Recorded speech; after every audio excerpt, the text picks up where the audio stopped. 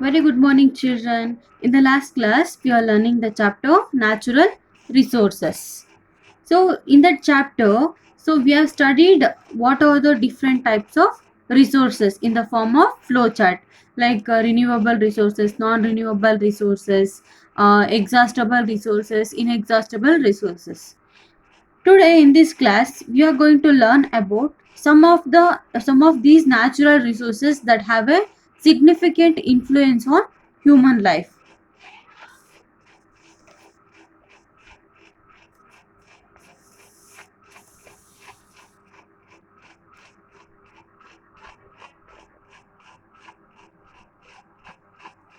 So these are the natural resources we are studying now: water, soil, forest, wildlife, fossil fuels, and mineral resources.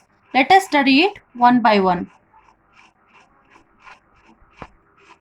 In that, first one is water. Water is a unique natural resource. You all know it is very much essential for the existence of life. Without water, life cannot exist. It is the most critical limiting factor for many aspects of life, such as environmental stability, biodiversity conservation, fuel security, and even healthcare. And there is no substitute for water. You cannot replace the water with any other substance. Hence it is a unique natural resource. And water is also called as universal solvent. Why? Because it can dissolve many salts in it. Hence it is water is called as universal solvent.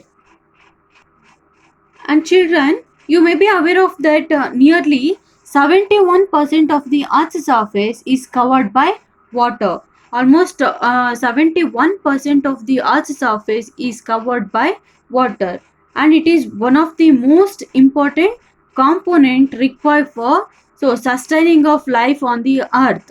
Okay, without water, life cannot exist on the Earth's surface, and nearly nearly out of 71 percentage, nearly 97% of the water, whatever the water present on the earth's surface, so in that 97% of the water on the earth held in oceans, seas, and other large water bodies. Okay, 97% of the water is present in the oceans, seas, and other water bodies. And 0.001% of water, 0.001% of water occur in atmosphere as water vapors. Okay, 0.001% of water is occur in the atmosphere in the form of water vapors. How these water vapors form? With the process called as evaporation. By evaporation, these water this water will evaporate in the form of water vapors. About 2.4% of the water and the remaining 2% of the water is found in glaciers and polar ice caps. So these 2.4% is in the form of ice caps in the polar regions like Arctic and Antarctic regions. Okay, and remaining water is found in rivers, lakes, ponds, and other water bodies. Okay, total 97% of water is present in oceans, and 0.001% present in the form of water vapors in the atmosphere, and about 2.4% of the water is found in glaciers and polar ice caps in the Arctic and Antarctic regions, and remaining water is found in the rivers, lakes, ponds, and other water bodies. And a very small percentage of this valuable natural resource is available for human use. With even such a small quantity of water available, humans have been using water for various purposes. Okay, humans are using the water for various purposes. And water is used for various human activities like drinking, mainly for drinking and agriculture, and also washing and recreation, and this water is also very important for industries and fire extinguishers.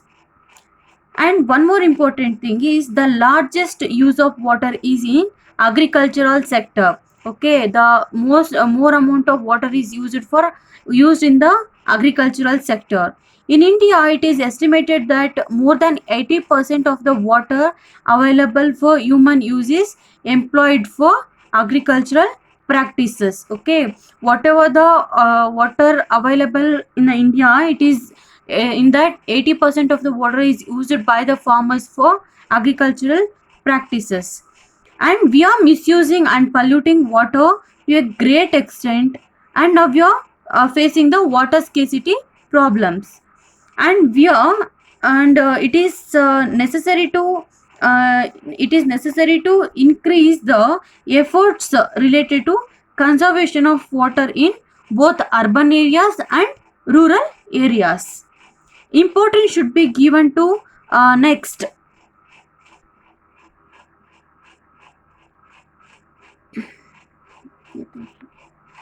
And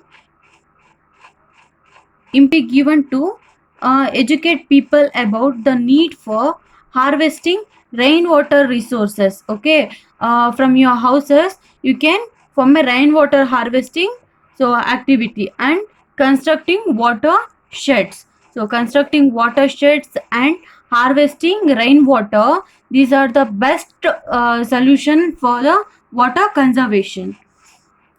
And very importantly, March 22nd is observed as a World Water Day. We are celebrating March 22nd as a World Water Day, and this is about water as a natural resource. Now we'll study the another natural resource, that is soil.